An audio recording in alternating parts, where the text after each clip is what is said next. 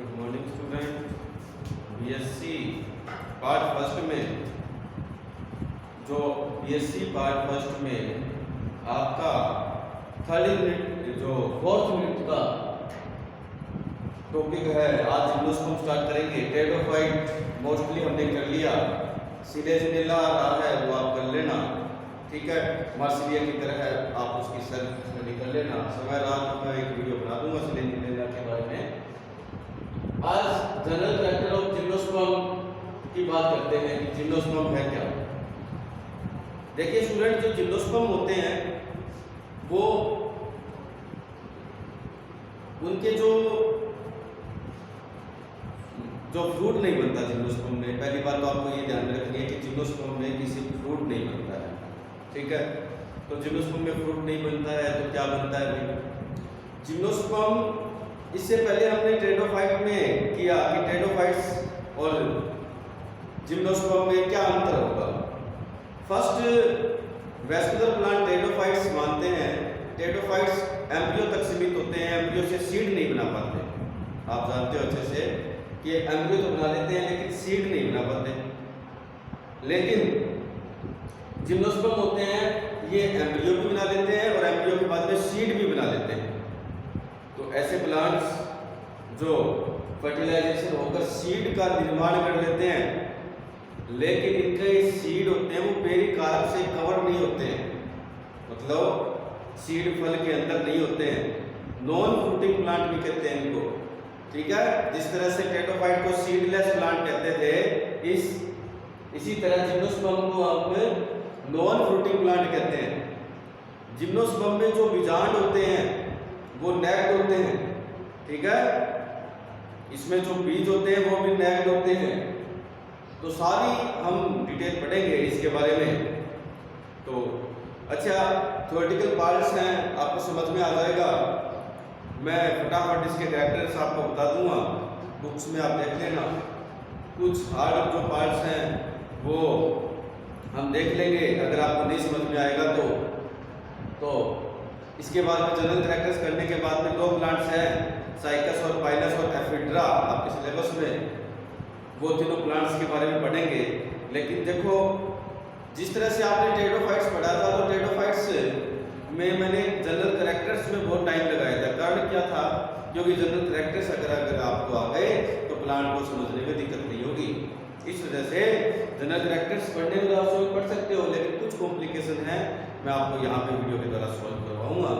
तो my dear students, gymnosperm जो शब्द का प्रयोग सबसे पहले थियोफ्रेस्टस नामक वैज्ञानिक ने किया था। उनकी जो पुस्तक थी इंक्वायरी इनटू प्लांट्स, ठीक है। सबसे पहले किसने किया था? जिम्नोस्पर्म शब्द का प्रयोग थियोफ्रेस्टस ने 300 BC पूर्व, बिफोर क्राइस्ट, 300 ईसा पूर्व या बिफोर क्राइस्ट, थियोफ्रेस्टस ने इस शब्द का प्रयोग किया। इस शब्द का किया जिम्नोस्पर्म का, नॉन फ्रूटिंग प्लांट है, ठीक है। तो ये आपको ध्यान रखना है। उनकी जो पुस्तक थी inquiry into plants, inquiry into plants में उन्होंने किया था। इसके बाद में ये सीडलेस प्लांट्स होते हैं, ये सीड युक्त प्लांट्स होते हैं, लेकिन इनके सीड होते हैं वो नेक्ड होते हैं। इनके जो सीड होते हैं वो फ्रूट के अंदर नहीं होते हैं, मतलब सीड के ऊपर पेरिकार्प नहीं पाई जाती है। तो जिम्नोस्पर्म में जिम्नो का अर्थ है नेक्ड और स्पर्मा का अर्थ है सीड, ठीक है। जिम्नो का अर्थ क्या होता है? नेक्ड। जिम्नो का अर्थ क्या होता है? नेक्ड। और स्पर्म का मतलब क्या होता है? आफ्टर फर्टिलाइजेशन जो सीड बनता है उसको स्पर्म कहते हैं, तो सीड। तो ये स्टूडेंट्स क्या होगा? ऐसे सीड्स जिसके ऊपर पेरिकार्प नहीं पाई जाती है, जो फ्रूट का निर्माण नहीं करते हैं, वो जिम्नोस्पर्म। तो जिम्नोस्पर्म के बारे में आपको ये चीज़ जरूर ध्यान रखनी है कि ऐसे सीड जिसके ऊपर पेरिकार्प नहीं पाई जाती है, जो सीड नेक्ड होते हैं, नगन होते हैं, उसे भी हम जिम्नोस्पर्म कहते हैं। इंक्वायरी इनटू प्लांट्स थियोफ्रेटस ने 300 BC में जिम्नोस्पर्म शब्द का गठन किया था। ठीक है, अब इसकी प्रमुख लक्षण हम पढ़ते हैं। देखिए, आपने आर्कियोलॉजी में पढ़ा होगा 12th क्लास में कि ये जो संरचना होती है, इस संरचना को हम, ये अंडाशय होता है, ये वर्तिका होती है, ये वर्तिका ग्रेनुलोस्टाइल स्टिग्मा और ओरी। जिम्नोस्पर्म में ओरी नहीं मिलेगी, तो ओरी के अंदर क्या होता है, ओयूल होता है। जब इसमें ओयूल ही मिलेगा, ओरी नहीं मिलेगी, तभी तो सीड बनेगा। मतलब बीजांड से सीड बनता है, तो ओरी का जो भाग है वो सीड के बाहर कवर बनाता है। मतलब ओरी से क्या बनता है, फ्रूट बनता है ना। तो इसमें फ्रूट इस वजह से तो नहीं बनता क्योंकि बिफोर फर्टिलाइजेशन से पहले ओवरी पाई नहीं जाती, तो फर्टिलाइजेशन के बाद ओवरी सीड के ऊपर फल का निर्माण नहीं करती है, तो ओवरी नहीं पाई जाती है, केवल बीजांड पाया जाता है। तो बीजांड और बीज, अब कुछ स्टूडेंट को ये नहीं पता होगा कि बीजांड और बीज में क्या अंतर है। फर्टिलाइजेशन से पहले की अवस्था बीजांड कहलाती है और फर्टिलाइजेशन के बाद की अवस्था बीज कहलाती है। बीजांड के अंदर फर्टिलाइजेशन होने से ही बीजांड के भाग से ही बीज बनता है।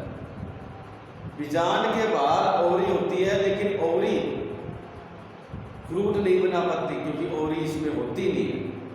और बीजों की बात कर रहा था मैं, लेकिन इसमें ओवरी होती नहीं है, इसलिए ये क्या होते हैं,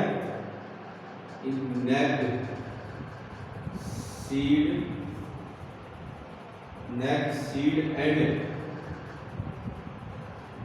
ओयूल। ये चीज आपको यहाँ पे अच्छे से ध्यान में रखना है।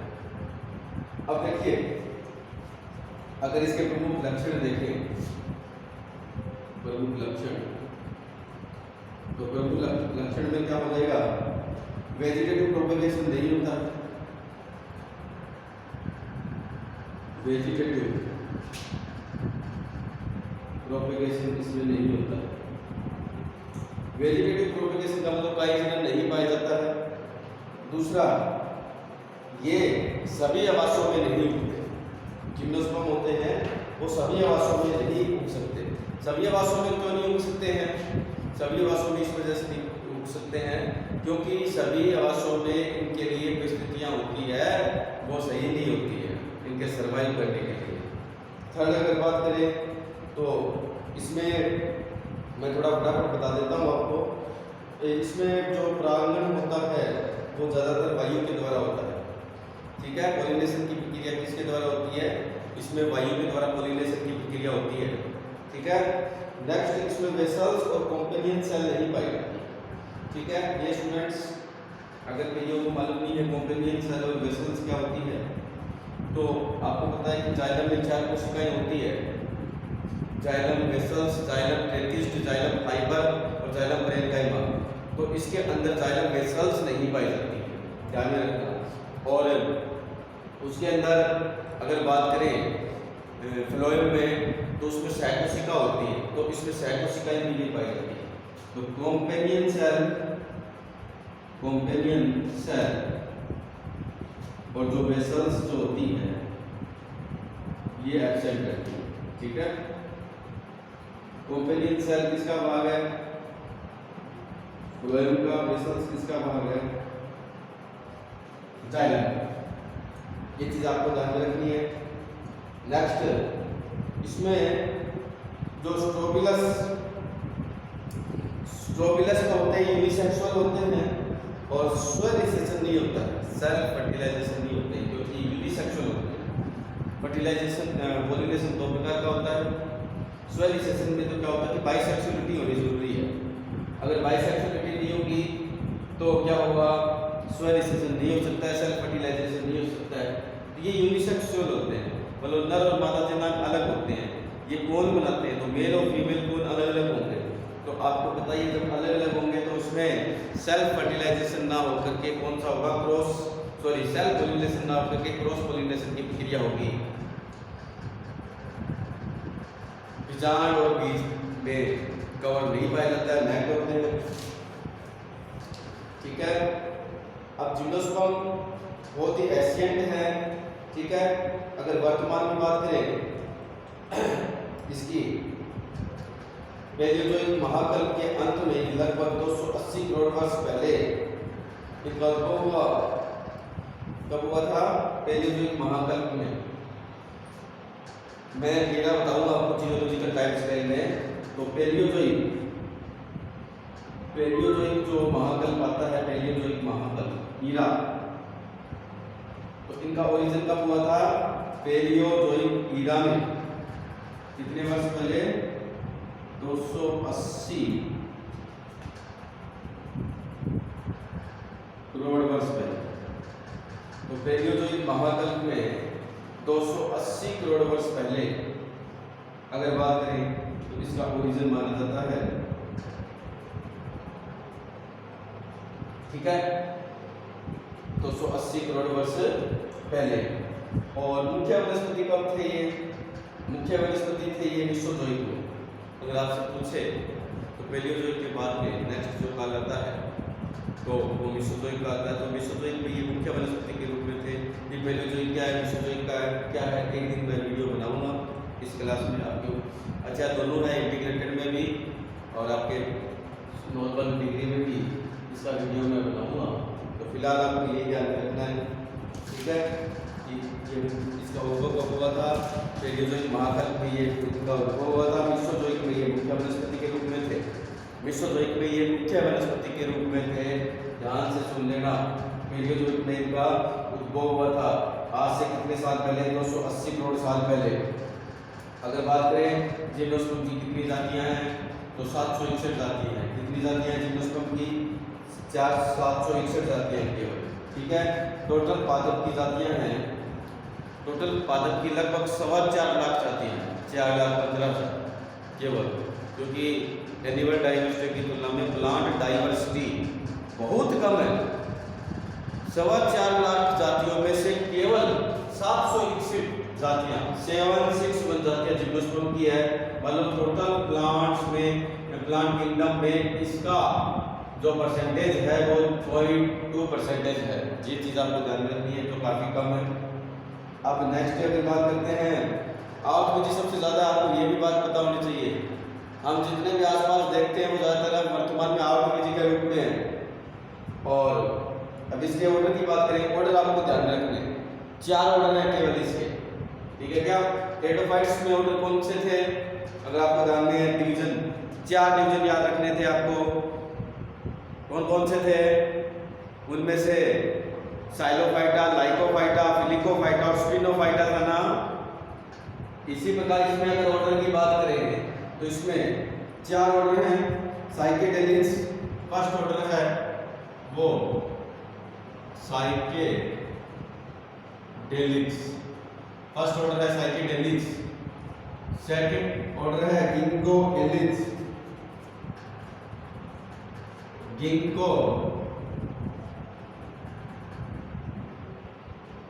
गिंकोएलिक्स याद रखना आपको, गिंकोएलिक्स। थर्ड है कॉर्निफेरेलिक्स, थर्ड जो ऑर्डर है वो कॉर्निफेरेलिक्स। और फोर्थ ऑर्डर है इसका वो आपके मिटेलिक्स। तो केवल 4 ऑर्डर आपको याद रखने हैं, आपकी बुक में दिए हुए अच्छी तरह से। ठीक है। देखो सबसे ज्यादा फॉसिल इसमें है। ठीक है।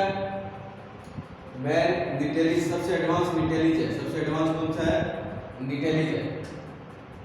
कॉर्निफेरेलिक्स में आपका पाइडस आता है, साइकेडेलिक्स में आपकी साइकस आता है। ठीक है। सबसे प्रिमिटिव साइकेडेलिक्स में है। अगर ऊपर से नीचे की बात करें तो ये प्रिमिटिव है, ये एडवांस फॉर्म है।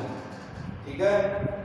वर्तमान समय में अगर बात करें, ध्यान से सुन लेना आप इस चीज को, कि कॉर्निफेरेलिक्स ये देखो थर्ड नंबर जो ऑर्डर है ना कॉर्निफेरेलिस, इस कॉर्निफेरेलिस में पाइनस आता है, सीड्रस आता है, एपिस आता है, जूनिपेरस आता है, क्यूप्रेसस आता है। ठीक है, मतलब इसमें जो प्लांट्स आते हैं जैसे पाइनस हो गया, इसके अलावा क्यूप्रेसस हो गया, एपिस हो गया, जूनिपेरस हो गया, ये प्लांट्स आते हैं, थूजा हो गया। अच्छा, एक बात और मैं आपको बता देता हूँ, आपको ये ध्यान रखना है कि साइकेडेलिक्स में वर्तमान में केवल 9 ही लिविंग मतलब जीनस है। लिविंग जीनस का मतलब ये हो गया केवल 9 ही वंश जीवित हैं। कितने वंश जीवित हैं? 9। गिंगोएलिक्स में कितना है? 1। कॉर्निफेरेलिस में कितने हैं? 52। निकेलिस में कितने हैं? 3। ये चीज भी आपको ध्यान में रखनी है माय डियर स्टूडेंट्स कि कॉर्निफेरस ऑर्डर जिम्नोस्पर्म, क्योंकि जिम्नोस्पर्म तो मतलब टोटल प्लांट किंगडम का 0.2% है वर्तमान में। मीसोजोइक काल में, जैसे अब वर्तमान में जो काल चल रहा है ना, जो प्लेस्टोसिन मतलब आधुनिक काल चल रहा है, ठीक है क्या? आधुनिक काल में हम बॉटनिकल में कौन सा उसका नाम देते हैं वो आगे बताएंगे हम बायोलॉजी में। तो देखो वर्तमान में केवल 0.2% है जिम्नोस्पर्म, और जिम्नोस्पर्म इतने कम है कि केवल इसके 4 ही ऑर्डर हैं, और 4 ऑर्डर में से इसका सबसे विकसित ऑर्डर है निटेलिस। साइकेडेलिस में केवल 9 ही जीनस जीवित है। दूसरा ऑर्डर है आपके गिंगोएलिस में केवल 1 ही वंश जीवित है। कॉर्निफेरेलिस में केवल 52 सबसे ज्यादा वंश जीवित है। और आपके निटेलिस में अगर बात करें तो कितने हैं? 3 आपके वंश क्या है? जीवित है। अब आगे इसके एक्सटर्नल मॉर्फोलॉजी की बात करता हूं मैं। अब जिम्नोस्पर्म के लक्षण आते हैं आपके एग्जाम में। एक्सटर्नल मॉर्फोलॉजी का मतलब ये हो गया माय डियर स्टूडेंट्स कि इसकी बाह्य संरचना कैसी है, कहां पे मिलता है। ठीक है, तो एक्सटर्नल मॉर्फोलॉजी में एक्सटर्नल मॉर्फोलॉजी का मतलब क्या क्या? बाह्य संरचना, मतलब उसकी बाहरी संरचना कैसी है, तो फटाफट बता देता हूँ। ये ट्रॉपिकल क्षेत्र में भी पाए जाते हैं, टेम्परेट क्षेत्र में भी पाए जाते हैं, मतलब ऐसा क्षेत्र जहाँ पे वर्ष भर एक जैसा मौसम रहता हो उसे हम कहते हैं ट्रॉपिकल क्षेत्र। ठीक है, मतलब जहाँ पे 25 डिग्री सेंटीग्रेड तक टेम्परेचर रहता हो नॉर्मल, तो ट्रॉपिकल क्षेत्र में भी पाए जाते हैं। टेम्परेट का मतलब जहाँ पे सर्दी और गर्मी अपने वाले क्षेत्र में भी पाए जाते हैं। आर्कटिक क्षेत्र में भी होते हैं। ठीक है, लेकिन देखो इंटरेस्टिंग बात कि ये लगभग अपने क्या साइकस मिलता है ना, साइकस हम बाहर घरों में डेकोरेशन के लिए साइकस लगाते हैं, और जितने भी डेकोरेशन के हम प्लांट्स लगाते हैं ना जिसमें फ्रूट नहीं होता, लीफ होती है, ग्रीनियस होता है, सुंदर दिखने के लिए घरों में लगाते हैं, वो ज़्यादातर जिम्नोस्पर्म ही होते हैं माय डियर स्टूडेंट्स। फूलों वाले तो एंजियोस्पर्म है, लेकिन ज़्यादातर हमें बिना फूलों वाले जो लगाते हैं ना वो जिम्नोस्पर्म ही होते हैं डेकोरेशन के लिए। ठीक है क्या? जिम्नोस्पर्म आप देखते हो मतलब यहाँ पे उगता है ना, तो इनका लक्षण होता है वो जीरोफिटिक होता है। जीरोफिटिक लक्षण जैसे पाइनस में टिंडल लाइक लीफ पाई जाती है, तो ध्यान में रखना कि जीरोफिटिक लक्षण में जो लीफ होती है ना वो रेड्यूस्ड होगी, लेमिना उसका क्या होगा? अप्रासित होगा। और बहुत से कैरेक्टर होते हैं पानी के निष्कासन को, वाष्प शोषण को रोकने के लिए स्टोमेटा के ऊपर क्यूटिकल की मोटी परत पाई जाती है, तो ये इस प्रकार के लक्षण होते हैं। अच्छा, ये जो पादप होते हैं सेकंड लक्षण वुडी होते हैं। वुडी का मतलब होता है कि इनका तना होता है वो काष्ठीय होता है। ठीक है, मतलब इनसे लकड़ी प्राप्त हो सकती है। नेक्स्ट, ये एवरग्रीन होते हैं। एवरग्रीन का मतलब सदाबहार होते हैं ये। और अगर बात करें कि वर्ल्ड में सबसे लंबा ट्री जिसकी हाइट सबसे ज़्यादा हो वर्ल्ड में, एंजियोस्पर्म सभी को मिला करके अगर बात करें तो लगभग 400 फीट का वो जिम्नोस्पर्म नहीं है जो सिकोया जाइजेंटिया में आता है। सिकोया जाइजेंटिया,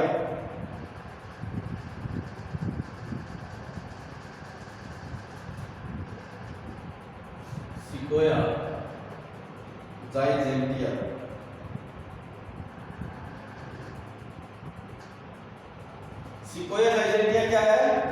400 फीट तक लंबा होता है मेरे डियर स्टूडेंट्स, 400 मीटर तक। तो 400 फीट तक ये लंबा होता है, सबसे लंबा। तो सबसे लंबा जो पादप है वो यही है। अच्छा, आपको ये भी मैं बता देता हूँ कि सबसे छोटा जो पादप होता है जो 25 सेंटीमीटर तक ही लंबा होता है, 25 सबसे छोटा स्मॉलेस्ट, वो भी जिम्नोस्पर्म में होता है, जो जेमिया पिग्मिया, जिसका नाम क्या होता है, जेमिया पिग्मिया। तो सबसे बड़ा प्लांट, यहाँ पे स्पेलिंग दोबारा लिख देता हूँ मैं आपको, सिकोया, सिकोया जाइजेंटिया। ये सिकोया जाइजेंटिया सबसे बड़ा जिम्नोस्पर्म है, ये 400 फीट तक लंबा होता है, सबसे लंबा।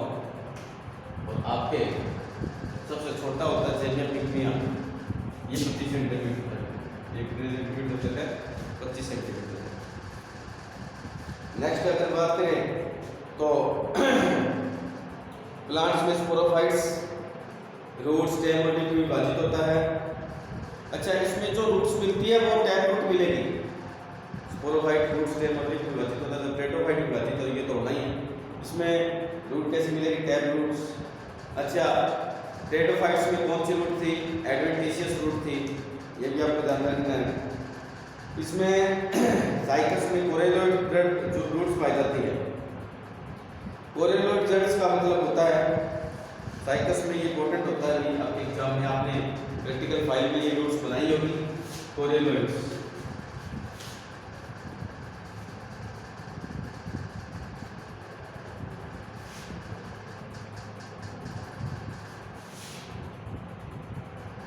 कोरेलोइड रूट्स, ये कोरेलोइड रूट्स किसमें मिलती है, साइकस में मिलती है, ठीक है। तो साइकस के कोरेलोइड रूट्स का मतलब होता है कि इसके कोर्टेक्स भाग में, ज्यादातर मिडिल कोर्टेक्स में नील हरित सेवाल्स पाए जाते हैं, ठीक है। तो इसके कोर्टेक्स में नील हरित सेवाल मोस्ट ऑफ द पाए जाते हैं, जिससे कोरेलोइड रूट्स कहते हैं। तो इसके कोर्टेक्स में, मिडिल कोर्टेक्स में क्या पाए जाते हैं, नील हरित सेवाल,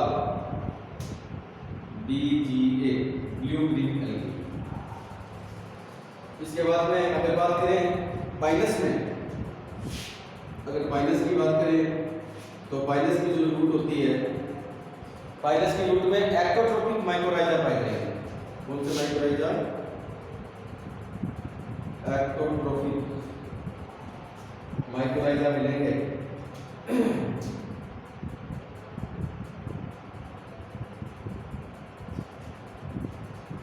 एक्टोट्रोपिक माइकोराइजा, एक्टोट्रोपिक माइकोराइजा क्या होते हैं आपको पता ही होगा। एक्टोट्रोपिक माइकोराइजा का मतलब ये होता है, देखो माइकोराइजा का मतलब यहाँ पे क्या हो गया कि जो जिम्नोस्पर्म की रूट हो गई, मतलब पाइनस की रूट और फंगस, इनका अंतर संबंध, inter relationship between gymnosperm pinus root and hyphae, fungal hyphae, इसे माइकोराइजा कहते हैं। अब ये माइकोराइजा अगर रूट की एपिडर्मिस में मिले तो वो एक्टोट्रोपिक, अगर अंदर जो मिले कोर्टेक्स में तो वो क्या कहलाएगा, एंडोट्रोपिक। ये चीज आपको अच्छे से ध्यान में रखनी है, ठीक है, कौन सा एक्टोट्रोपिक और कौन सा एंडोट्रोपिक।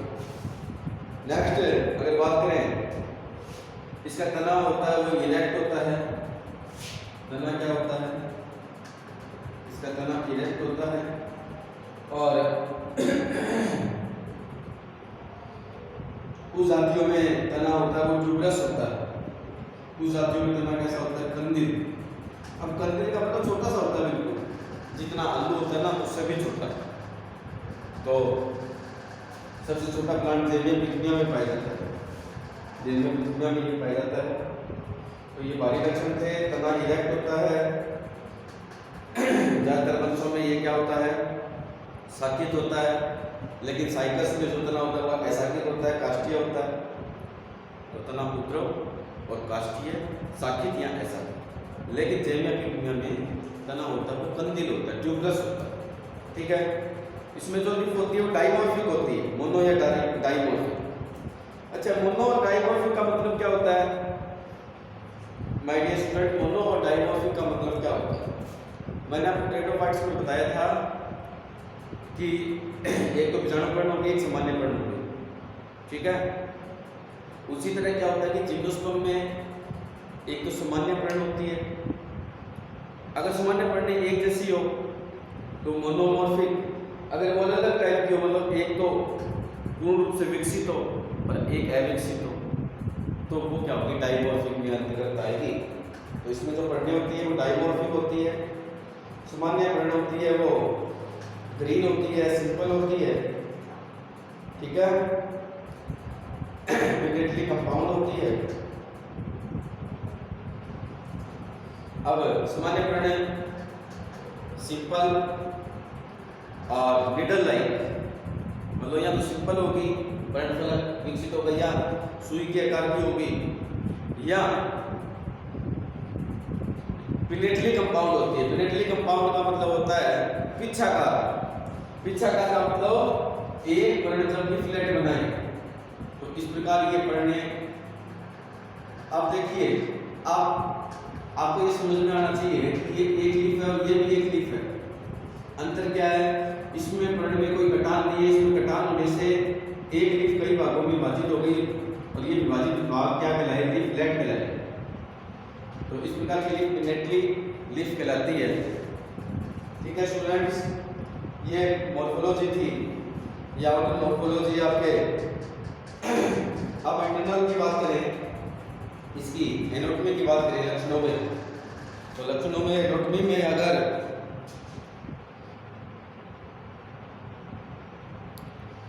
यहां पर बात की जाए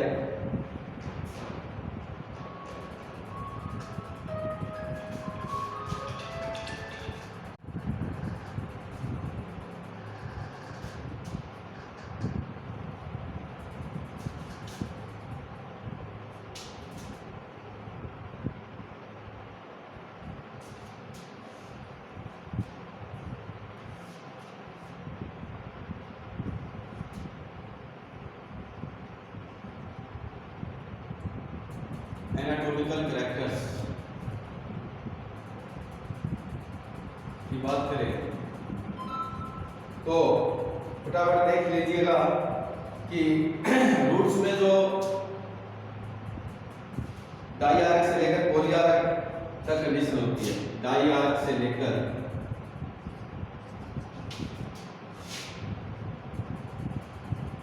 पॉलीआर्क। इंटरनल स्ट्रक्चर का मतलब आंतरिक संरचना की बात करते हैं तो डाइआर्क से लेकर पॉलीआर्क तक कंडीशन होती है। अब डाइआर्क से पॉलीआर्क का मतलब क्या हो गया? रूट्स में और रेडियल कंडीशन मिलेगी।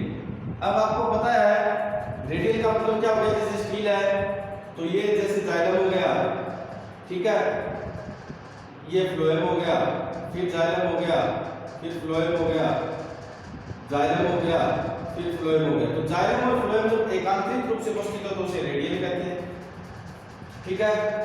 अब डाइआर्क का मतलब क्या हो गया? डाइआर्क का मतलब ये हो गया कि जिसमें दो जाइलम और दो फ्लोएम हो, जैसे ये यहाँ पे, को ध्यान में रखना। और एक्सार्च का मतलब क्या हो गया? एक्सार्च कि प्रोटोजाइलम जहाँ पे बनना प्रारंभ होता है, मतलब बड़े वाला जाइलम अगर जैसे, अब आपको पता है कि ये प्रोटोजाइलम है, ये मेटाजाइलम है। जब प्रोटोजाइलम प्रीति की और प्रोटोजाइलम क्यों है ये? क्योंकि जो जाइलम का छोटा भाग है, यहाँ पे ये छोटा ही बड़ा है, इसे प्रोटोजाइलम कहेंगे और ये मेटाजाइलम। जब प्रोटोजाइलम प्रीति की और मेटाजाइलम अंदर की ओर हो तो इस कंडीशन को एक्सार्च बोलेंगे। इस कंडीशन को क्या बोलेंगे? एक्सार्च। भाई है आदि का रूप, ठीक है। तो जाइलम और फ्लोएम जब एकांतरित रूप से उपस्थित हो तो इस कंडीशन को रेडियल कहते हैं। इस एकांतरित रूप से प्रोटोजाइलम बाहर की ओर और मेटाजाइलम अंदर की ओर हो तो उसे हम एक्सार्च कंडीशन कहते हैं। और जाइलम और फ्लोएम दो के समूह में हो, जैसे ये भी जाइलम हो गया, फिर फ्लोएम, फिर जाइलम और फिर फ्लोएम, दो की कंडीशन में डाइआर्क तीन हो तो तीन इस प्रकार की कंडीशन हो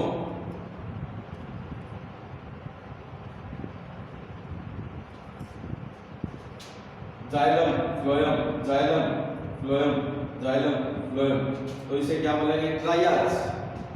4 की कंडीशन हो